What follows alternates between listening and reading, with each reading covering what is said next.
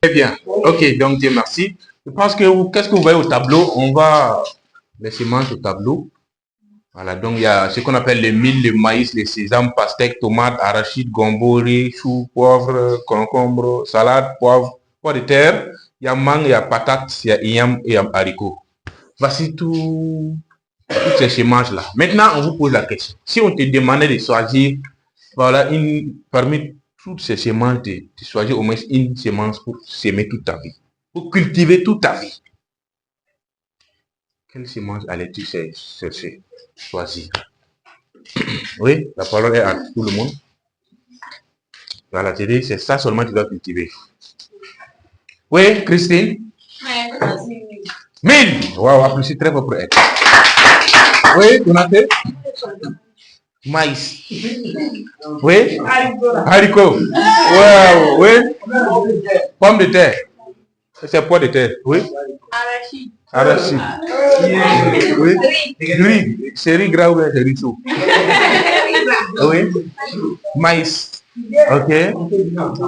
Oui? Adeline? 1000. Oui, François? Maïs, oui? Maïs? Oui? 1000. Il n'a pas reçu. Oui. Maïs. C'est toi, ça seulement tu vas cultiver jusqu'à. C'est-à-dire, c'est ça ton travail. Voilà. Oui? Ma chérie? Mangue. Ok, oui. Qui d'autre? Oui?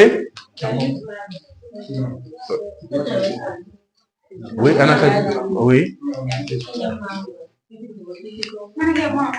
Oui. Oui. Mangue. Ok. Ah, donc, oui, monsieur Boris? Mangue. Ok. Oui. Okay. Merci, donc, bonjour tout le monde. Voilà, donc, chacun a choisi. Voilà, donc, voilà, d'autres ont choisi mil, maïs, pastèque, tomate, ainsi de suite, ainsi de suite. Voilà, d'autres ont choisi riz, chou, poivre, et à concombre et à mangue. Donc, vous avez tous raison. Mais ensemble, on va détailler. Oui, on va expliquer pour voir réellement qui avait raison, qui a tort. Voilà, donc ce que vous devrez savoir ici, c'est quoi? Quand vous semez les mil cette année, l'année prochaine encore, vous semez ou bien vous ne semez pas? Ok. C'est-à-dire encore, si vous récoltez, vous serez obligé de semer encore.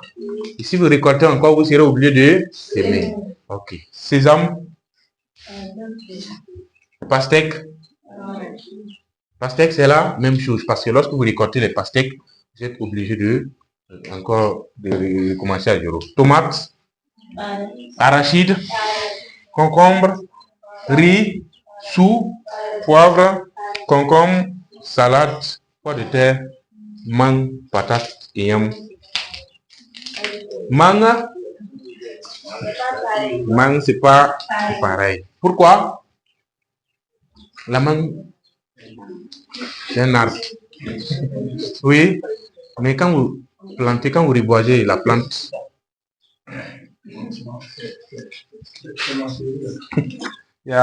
comment on appelle ça? Oui, pourquoi vous avez choisi? Chacun va nous dire pourquoi il a choisi ce qu'il a choisi. Qui a choisi le mil?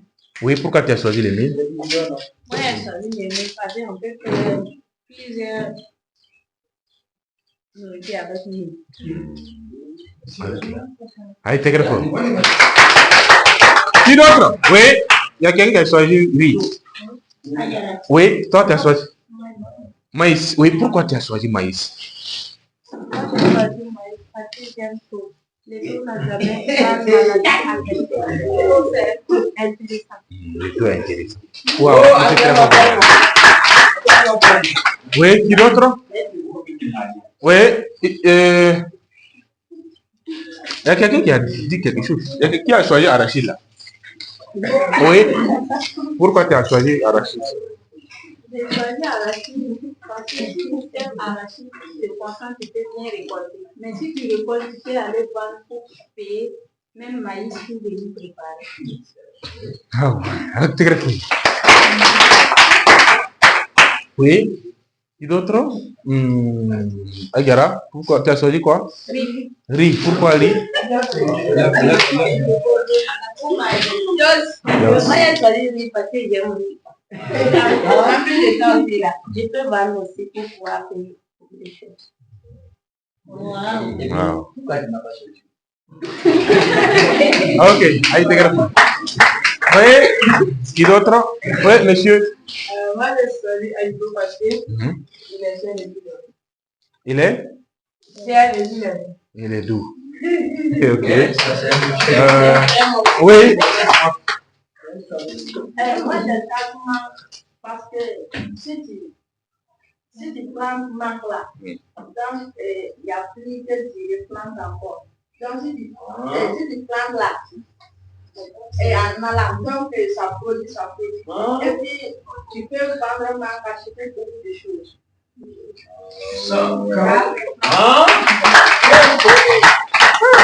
Mais Boli m'avait choisi quoi? Oui, Boli. Toi, tu as choisi quoi? C'est pas net dedans. Ok.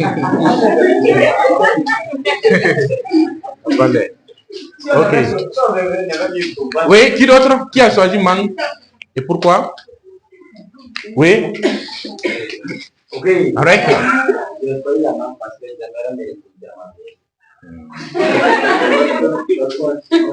lorsque tu aimes la mangue aujourd'hui, même jusqu'à tes gérés d'enfants, et de plus, lorsque tu fais la mangue, tu peux vendre la mangue, payer tout ce qu'on a acheté. Maïs, que ce soit maïs, arachide, tout ça là. Et tu es arachide. C'est pour cela que tu as dit que tu as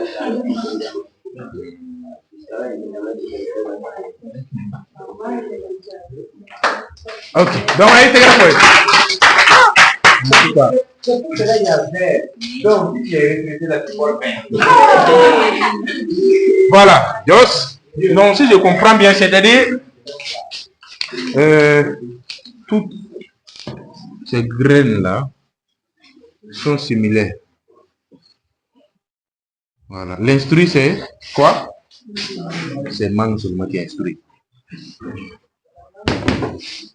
Madagascar. Donc, vous voyez, tout ce que vous avez choisi, c'est bien, chacun a sa région.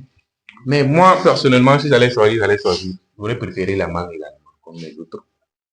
Oui. Parce que la mangue, quand vous semez, par exemple, cette année, vous avez semé. L'année prochaine encore, vous êtes obligé de cultiver. L'année prochaine encore, vous êtes obligé de cultiver. Ainsi de suite, ainsi de suite. Mais la mangue, c'est une bonne fois pour tous. Peut-être même tu vas mourir et la mangue continue de produire.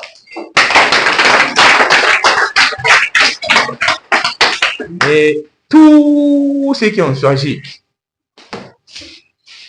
maïs, mil, vous avez raison. Vous avez votre vision. Et vous avez une vision d'un fonctionnaire. D'un fonctionnaire. Et l'entrepreneur a la vision de la mangue.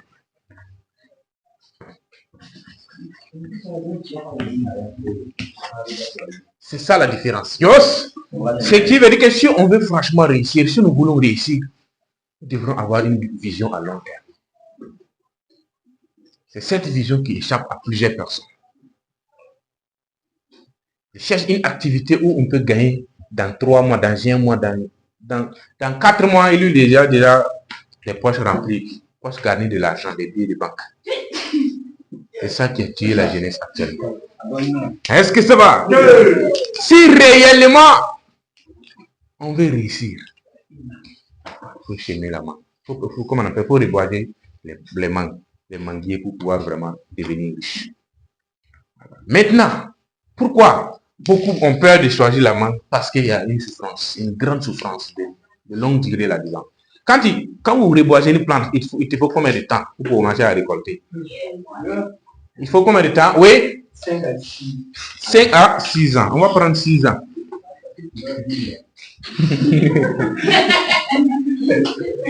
Donc, on prend 6 ans, c'est-à-dire que tu vas au minimum 6 ans commencer à récolter.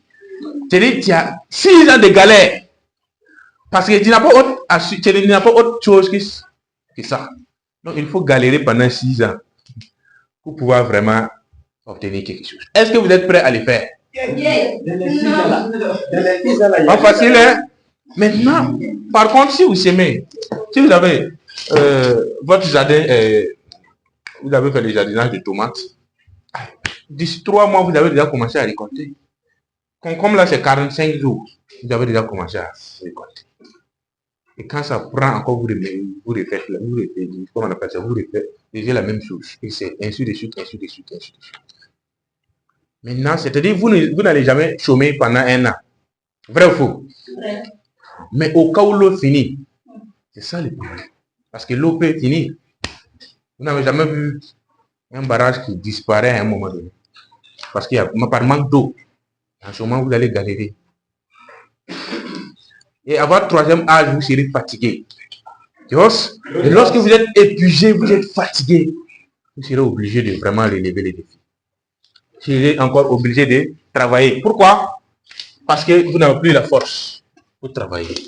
Et c'est ce qui fait la différence entre quelqu'un qui est un planteur et un jardinier. Les jardiniers ne vont jamais chômer. Chaque 3 mois seulement, lui, il récolte. Pendant ce temps, le planteur, lui, il va galérer, il va souffrir pendant des années et des années. Est-ce que ça va? Mais lorsque lui, il va commencer à récolter. Mais si le manguier commence à produire, est-ce qu'il a besoin d'eau? Est-ce que le manguier a besoin d'eau encore pour produire? Est-ce qu'il a besoin de quelque chose d'entretien? Même si tu ne pars pas là-bas chaque jour. Si la récolte arrive, tu ne feras que récolter. Même après ta mort, tes petits-fils vont toujours profiter de ce manguier. C'est ça l'entrepreneuriat. La différence entre l'entrepreneuriat et le fonctionnariat. C'est ça la différence. Mais la plupart de la jeunesse actuelle s'intéresse à ça. Donc on va semer maintenant. Quand on commence une activité, on laisse dans la rapidité. On veut obtenir le résultat dans l'immédiat. Ceux qui ont des grandes visions plantent même des baobabs pour vraiment goûter le fruit d'un baobab. Peut-être c'est après ta mort, même 10 ans après, que tu vas commencer. Mais il faut avoir une vision. C'est-à-dire, c'est ça. Un entrepreneur travaille pour sa génération future. Il ne se concentre pas sur ce qu'il doit avoir.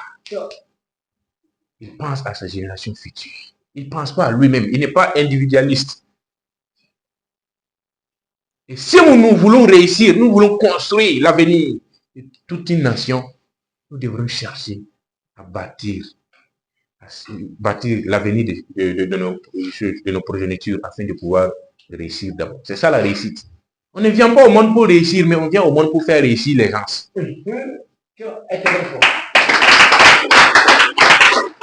Chercher à devenir riche, là, ça c'est pas compliqué. Mais la tâche la plus difficile, c'est de rendre les gens riches. C'est ça le travail le plus difficile. Donc, ce qui veut dire que quoi? Lorsque nous sommes des vrais bâtisseurs, il faut qu'on vise loin. Il faut qu'on vise loin. Il y a beaucoup de personnes qui, quand on dit il faut entreprendre, non. Je préfère avoir un concours qui va me générer 200 000 francs le mois, 300 000 francs le mois, le reste, je m'en fiche.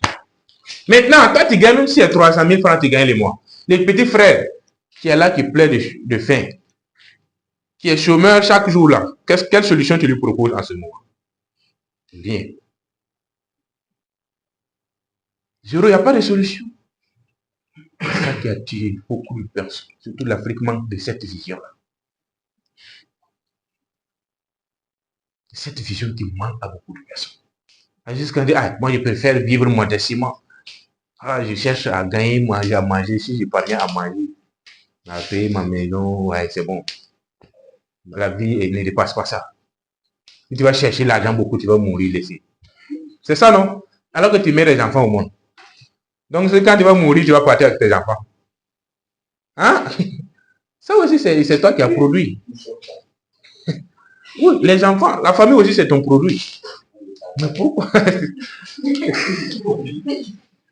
Oui, il faut qu'on ait une grande vision afin de commencer les choses. Tout commence par la grande vision. Lorsqu'on n'a pas une grande vision, on va venir au monde croyant que la vie se limite à manger, boire, dormir. Et rire, sortir, rire dans les quartiers et puis dormir encore. La vie, nous devrons avoir des grandes visions. Donc, moi, pourquoi je n'ai pas déposé un concours à un moment donné? Parce que moi, je me suis dit, mais et si moi je gagne un concours, même si c'est 2 millions, on me paye le mois là. Hein? Mon fils là, il va devenir qui? Même si je suis premier ministre. Au moins que le fils va grandir à 30 ans, moi je suis déjà à la retraite. Et que je n'ai même pas quelque chose encore à faire. Qu'est-ce que je vais lui donner? Rien. Voilà pourquoi moi j'ai choisi l'entrepreneuriat. Et dit même si je vais galérer pendant 25 ans pour devenir riche. Ça vaut le coup de le faire. Parce que je sais que même après ma mort, il y a des gens qui vont continuer de profiter toujours de ma richesse. Et quand tes petits-fils goûtent ta richesse, non, ils ne feront que te bénir chaque jour. Et non, papi, repose en paix. Repose en paix. En ce moment, si tu étais dans les noms, le témoin du paradis, là, Dieu va te faire. Dieu va te faire bénir. Dieu va te faire venir dans les facettes. Et ainsi de suite, tu vas te trouver au Ouagadémi du paradis. Et un jour même, Dieu va te prendre comme PDG. Voilà, mon frère, il faut qu'on se concentre pour travailler, pour préserver l'avenir. Notre propre avenir est celui des enfants. Sinon, tu n'as rien. Tu vas partir comme un margouillard. Tes enfants, même, ta maman même va t'oublier. Parce que toi, tu n'as rien fait de bon. Mais si toi, tu as déjà bâti une grande entreprise, le nom de l'entreprise demeure. Quand on voit l'entreprise, on dit oui, c'est telle personne qui a créé ça.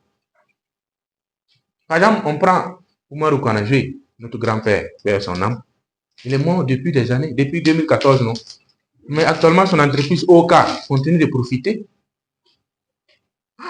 Il a bataillé. Et tout, je te dis, même 100 ans après, son allié ne va jamais souffrir de pauvreté. Parce qu'il a planté il a reboisé des manguiers. Et c'est ça de la force. Un entrepreneur aussi doit avoir cette rage, cette vision de planter des arbres qui vont produire.